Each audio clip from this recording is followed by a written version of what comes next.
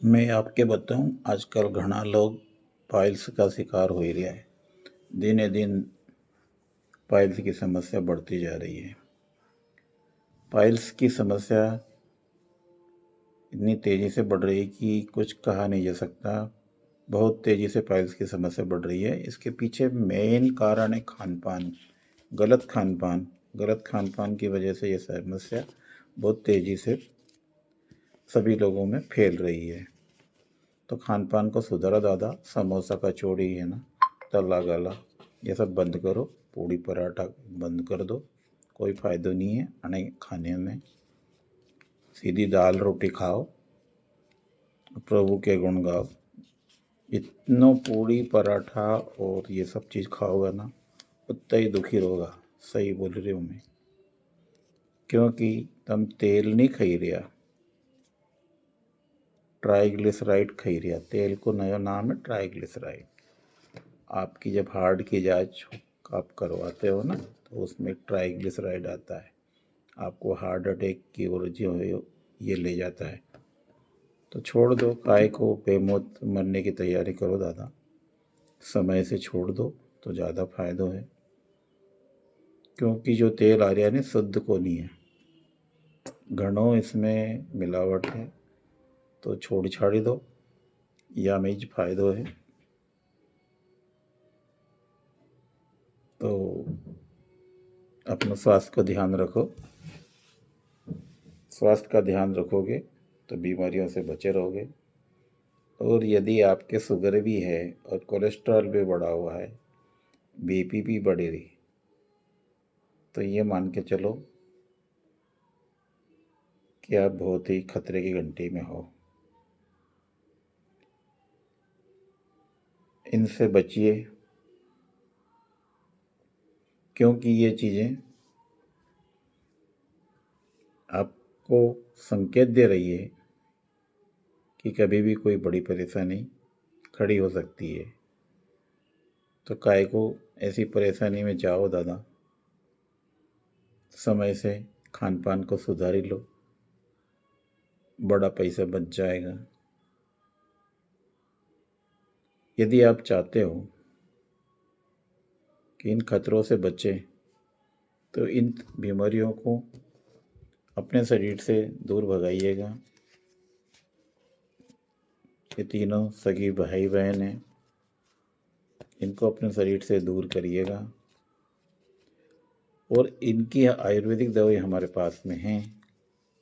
यदि आप इन्हें आयुर्वेद के माध्यम से दूर करना चाहो, तो आयुर्वेद के माध्यम से भी हम इसे दूर कर सकते हैं दादा। वरना अंग्रेजी दवाई गोली तो आप खा ही रहे हैं, वर्षों से खाते रहोगे ज़िंदगी भर। और अंग्रेजी दवाई गोली के भी कितने साइड इफ़ेक्ट होते हैं, ये तो आप सब जानो ही सही। दिन रात पेपरों में साइड इफ़ेक्ट के बारे में जानकारी आती ही रहती है। अपने आप को सुरक्षित कीजिएगा, आयुर्वेद की शरण में जाइएगा और लंबा जीवन व्यतीत कीजिएगा। और कई आने वाले रोगों से बचिएगा। आपने सुना ही होगा, जब कोरोना आया था, टीवी पे, रेडियो पे, समाचार पत्रों में एक ही बात प्राथमिकता से लोग कह रहा था कि अपनी इम्यूनिटी बढ़ाओ, अपनी रोग प्रतिरोधक क्षमता बढ़ाओ। यदि आपने अपनी रोग प्रतिरोधक क्षमता बढ़ा ली,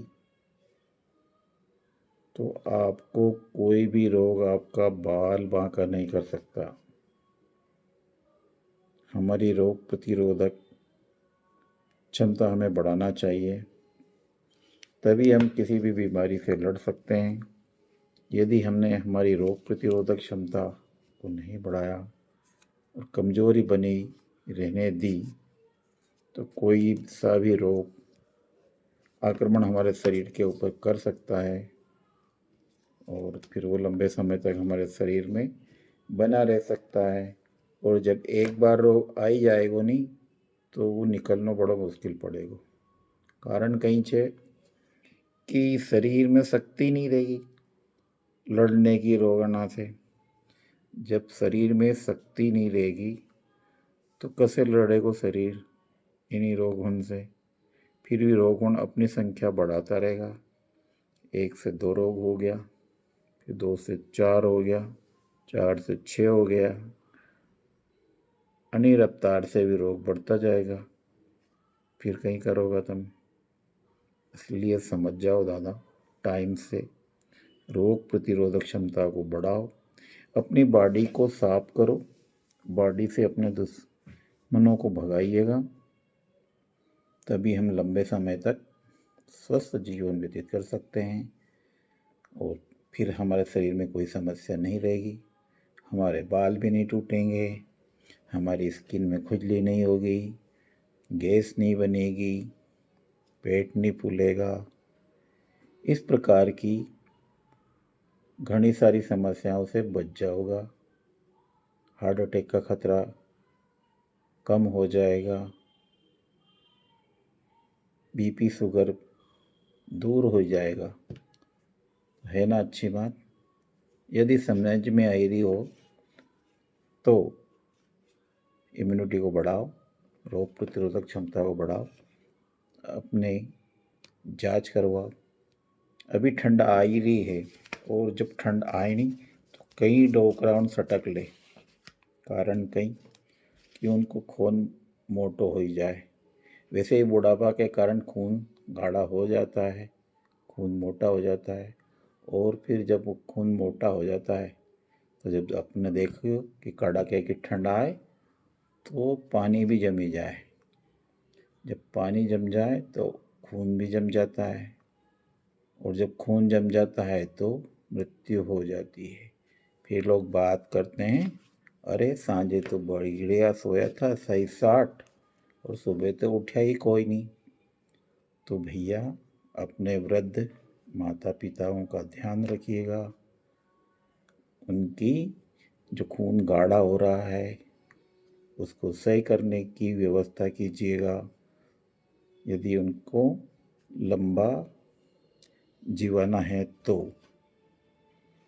आगे तो आप बहुत समझदार हैं, आपको कोई ज्ञान देने की ज़रूरत नहीं है, क्योंकि आप सब जानकार लोग हैं, पढ़े लिखे लोग हैं।